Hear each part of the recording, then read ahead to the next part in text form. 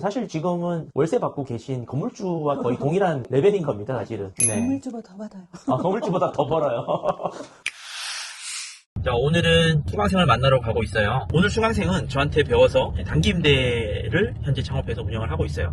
그래서 오늘은 제가 단기임대 관련한 거의 모든 지식을 여러분께 한번 드려볼까 합니다. 단기임대 같은 경우에는 지속 가능성이 사업처럼 오래 가진 않아요. 전대라고 하는 개념 들어보셨어요? 내가 빌린 거를 타인에게 다시 빌려주는 거예요. 그게 이제 허락을 받으면 가능합니다. 그래서 이제 단기임대의 경우에는 집주인한테 전대의 동의를 받아서 내가 빌린 공간을 다른 사람에게 주세로 주는 거예요. 여러분이 이 타이밍에 반드시 아셔야 될 게 있어요. 단기임대는 시장이 왜 생겼냐면 일반 임차를 들어갈 때는 최소 계약 기간이 보통 2년이죠. 그런데 저는 대학 때 그런 게 있었거든요. 저는 지방 사람이에요. 그래서 방학 때 되면 지방에 내려갑니다. 그런데 연 단위 계약을 해놓고 나면 조금 아깝다는 생각 들죠. 좀 부담돼요. 학기 중에만 딱 쓰는 공간이 필요한 거죠. 혹은 그런 경우도 있죠. 내가 일을 하는데 출장을 와야 돼. 기간이 한 달이야. 근데 이런 걸 우리가 연단위 계약할 수 없잖아요. 그리고 또 다른 수요가 있는데 사람들이 분양을 받잖아요. 입주 타이밍이 다 다르겠죠. 네. 그래서 그 공유 참고업과 같이 발달하는 게 또 단기임대업이에요. 단기임대는요, 사실 만드는 거랑 파는 게 너무 쉬워요. 일단 주거 공간이잖아요. 공사할 게 없어요. 그래서 지금 가는 우리 수강생 공간도 보면은 별게 없어요. 아마 투자를 해도 200만 원 안짝이면 충분히 할 수 있어요. 파는 것도요, 에어비앤비나 파티룸에 비해서는 쉬운 게 뭐냐면 기본 예약 단위가 2주 이상이잖아요. 그러다 보니까 고객 한 명이 점유하는 기간이 막 한 달, 두 달, 세 달 막 이렇잖아요. 네. 그러니까 1년 내내를 내가 이거를 풀 만시를 돌린다 그래도 20명 이내의 고객만 내가 응대를 하게 되면 이게 판매가 됩니다. 그리고 이 판매가 왜 쉽냐면 독점 플랫폼이 있잖아요. 그러면은 많은 분들이 어디서 막히느냐? 찾는 거. 임대 허가를 받는 거. 사실 요것만 풀면은 단기임대는 끝나요. 근데 그게 어려운 것 같아요. 그거를 여러분께 좀 보여드리려고 하는데 우리가 만들었어요. 데이터 기반으로. 네이버 부동산에 올라와 있는 33M2를 할 수 있는 모든 매물과 그리고 33M2에 등록된 현재의 사업장들의 매출 현황을 연동을 시켜서 현재 네이버 부동산에 나와 있는 물건들 중에 33M2 앱상의 수익률이 좋은 아이들을 맵에다가 표시를 해놨어요. 이 프로그램의 이름이 어반 크롤러예요. 저희가 개발한 이 앱은요, 일단은 필터링을 다 해줍니다. 제가 아까 그랬죠. 나한테만 쉬운 게 아니다. 이 시장은 모두에게 쉽다. 공급은 포화될 수밖에 없다. 그러다 보니까 아무나 다 들어오죠. 그러다 보니까 대부분 적자입니다. 이번에는 운 좋게 예를 들어 몇 달이 들어왔어요. 네. 버는 것처럼 보이지만 이 예약이 이어지지 않으면 어떻게 돼요? 번 거를 뱉어내야죠. 그래서 단기임대를 접할 때는 보전비가 낮은 걸 하셔야 돼요. 되게 안전마진을 확보하기 좋은 게 월세 쌓아야 되잖아요. 네. 그런 매물을 찾는 거. 그럼 그냥 찾으면 안 되겠죠. 데이터 기반으로 어떤 동네에 그런 매물들이 있는지를 알고 내가 손품을 팔고 발품을 팔면 남들이 10개 할 때 나는 한 군데만 가서도 동일한 효율을 낼 수도 있겠죠. 그래서 단기임대는 제가 말했지만 뭐 대단한 사업이 아니에요. 돈 되는 데 가서 그냥 내가 전대허가를 득하는 게임이에요. 아마 여러분들 강의 들으시면요, 되게 허무할 수 있어요. 단기임대 강의도 막 200만원짜리, 300만원짜리 막 이런 거 있거든요. 뭐 파는 거, 세팅하는 거, 이거를 너무 장황하게 많이 이야기하는 강의나 이런 것들을 만났다. 그러면 사실 테스트하는 게 좋아요. 어차피 매물 못 구하면 시작도 안 되는 게임이잖아요. 네. 그래서 매물 구하는 것과 전대허가 받아내는 거, 이게 사실은 핵심인 사업이다. 그러면 잘 되는 분들은 월에 수익이 얼마 정도 나시나요? 한 개에서는 한 50만원 정도가 현실적이죠. 그런데 작은 성공 경험, 이것도 되게 중요하거든요. 맞아요. 작은 성공 경험을 쌓고 싶다는 분들에게 단기임대만한 건 없다. 아. 그런데 작은 실패 경험이 될 확률이 높으니까 데이터를 보셔야 된다. 그 프로그램이 진짜 궁금한데 이거 어디서 볼 수 있나요? 그 프로그램을 제가 이번에 무료 라이브를 준비를 했거든요. 라이브 때 들어오시면 제가 그 프로그램으로 참여하신 분들이 요청해 주시는 지역 분석을 하나씩 한번 해드릴 거예요. 대표님, 근데 그 무료 강의가 언제 열리시는 거예요? 무료 강의가 설 연휴 끝나고요. 일요일 저녁 7시에 제가 진짜 오랜만에 준비하는 라이브 강의거든요. 네. 그래서 거기에 들어오시면 이거는 약속드릴 수 있어요. 어디에서도 듣도 보도 못한 공간 사업의 진짜 지식을 만나실 수 있다. 안녕하세요. 저는 지금 소소하게 단기임대를 시작한 수강생입니다. 우리 께서는 이번 기수 중에서 사실 오픈을 제일 빨리 하셨어요. 그렇죠? 거의 수업 듣다가 첫 계약 사례라고 제가 막 그랬지 않나요? 네, 1강이 실은 네. 솔직히 저 그냥 운이 되게 좋았던 거라고 조금 생각은 하긴 하는데 네. 그 처음에 이제 대표님께 어느 지역을 갈 거라고 이렇게 보내드린 거 기억나시죠? 맞아요. 그 중에 병원도 있고 학교도 있고 여기 가까운 데를 찾다 보니까 이제 두 곳이 딱 생겼더라고요. 그래서 두 곳을 이제 말씀드리고 이제 바로 그 다음날 가게 됐죠, 그냥. 근데 이제 부동산에서 부사님이 그냥 앞에서 바로 자르시는 분이 거진 되게 많으셨어요. 아예 맞아요. 건물주분들한테 묻지도 않으시고 그거 안 된다고 그냥 하시더라고요. 맞아요. 그래서 이게 안 되나 보다 하고 이제 가고 있는데 여기 성균관대 길 올라오면서 저기 마지막으로 가보자. 그래서 마지막에 들어가는데 이분께서 약간 느낌이 다른 거예요, 부사님이. 좀 골목 안쪽에 있는 부동산이었죠. 네, 골목 안쪽. 메인 아니고. 아니었어요. 보통의 네. 우리 건물주분들은 네. 전대허가를 해주는 거를 되게 싫어합니다. 왜냐면은 전대를 허가한다는 거는 내 임차인을 통해서 불특정 다수를 내 공간에 넣는 거니까 별로 안 좋아하신단 말이에요. 그래서 전대 허가는 어떻게 받으셨어요? 실은 부사님이 이 동네 건물주분들하고 좀 친하신 느낌이 들더라고요. 건물주분들도 안 나오시고 계약 처리를 막 하시고 계시더라고요. 관리부동산이라 불러요. 이런 네, 부동산을. 네. 제가 아까 왜 돌목 안쪽이었죠? 라고 말씀을 드렸냐면 네. 사실 공인중개사 사무소들이 막 대로변에 있는 화려한 것도 우리 많이 들어가잖아요. 근데 이제 그런 곳들은 사실 이런 작은 사업, 단기임대나 전대동이나 이런 것들에 적극적이지 않으신 경우가 많아요. 그리고 동네에 숨어 있다는 게 뭐냐면은 아주 오래전부터 이 동네에 유지처럼 알박이처럼 있는 부동산들이 네, 간간이 있거든요. 네. 근데 중요한 건 이제 이쯤에서 여러분들 그거 궁금해지지 않으세요? 그래서 공간 잘 세팅됐는데 예약은 들어오나요? 이런 질문 들죠. 입주 예정 있습니까? 없습니까? 있어요.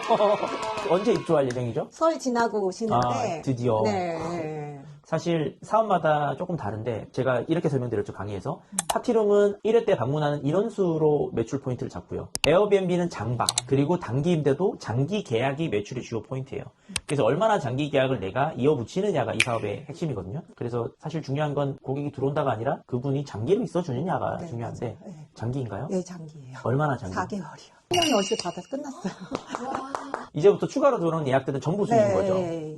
축하드립니다. 근데 저는 사실 그 단기 임대 수익이 뭐 파티룸이나 에어비앤비처럼 막 크지 않잖아요. 그냥 이거는 기대 수익 자체가 한 60만 원? 요 정도의 수익 수준을 1년 동안 버는 거예요. 그럼에도 불구하고 이 사업의 가장 큰 장점은 약간 마음의 부담 없이 빨리 시작해 볼 수 있다? 그래서 걱정 없었고 부담이 없었어요. 그러면은 투자금은 총 네. 얼마 정도가 들어요? 보증금도 원래 500인데 제가 낮췄어요. 300으로 맞췄고요. 그 다음에 들어간 게 한 130. 왜냐면 이것 때문에. 이거를 안 했으면 100도 안 들었을 거예요.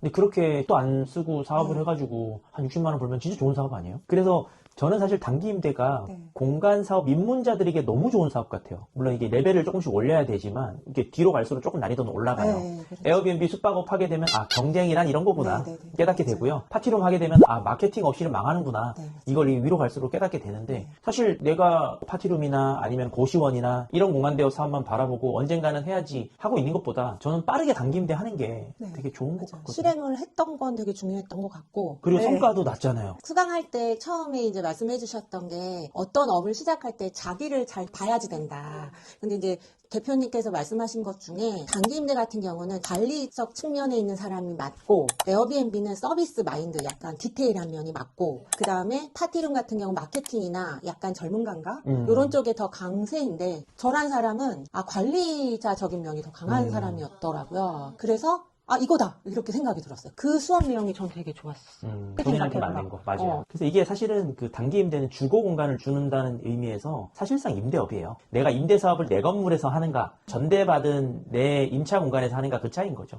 그래서 사실 지금은 월세 받고 계신 건물주와 거의 동일한 레벨인 겁니다, 사실은. 네. 건물주보다 더 받아요. 건물주보다 더 벌어요.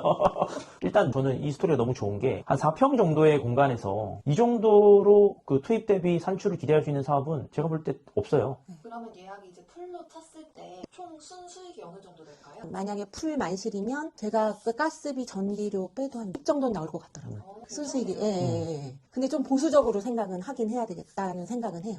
왜냐하면 중간에 공실들도 분명히 있을 거니까. 맞아요. 그렇게 따져도 한 50만 원 정도지 않을까. 앞으로 그러면 확장 계획이 단기 임대를 계속 늘리실 단기 생각이- 임대는 한 3개까지는 한번 그치고? 해보고 그 다음에 에어비앤비도 할 수 있으면 해보고 네. 근데 아직은 대표님이 더 주력 강세인 파티룸에 제가 마케팅이 약하다는 생각을 늘 해갖고 네. 이건 조금 약간 고민이 되긴 시간을 해요. 두고. 시간을. 예. 그래서 제 속도대로 이렇게 네. 한번 해보겠다 하는 네. 게 있죠. 예. 좋습니다. 일단은 실행을 진짜 빠르게 하셨는데 네. 좀 고민하고 계신 분들한테 네. 혹시 좀 해주실 말 있으실까요? 저도 되게 걱정이 많은 사람이고 되게 보수적이거든요, 실은. 그냥 우선은 나가봐야 되는 것 같아요. 나가서 사람을 만나야 될 것 같아.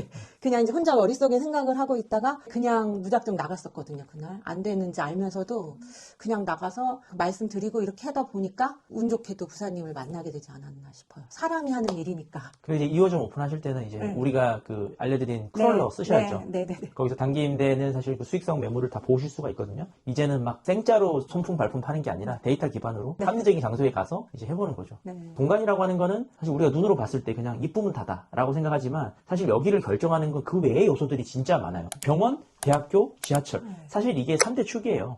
근데 그 중에서 절대 포기하지 말아야 될 게 지하철이라고 하는.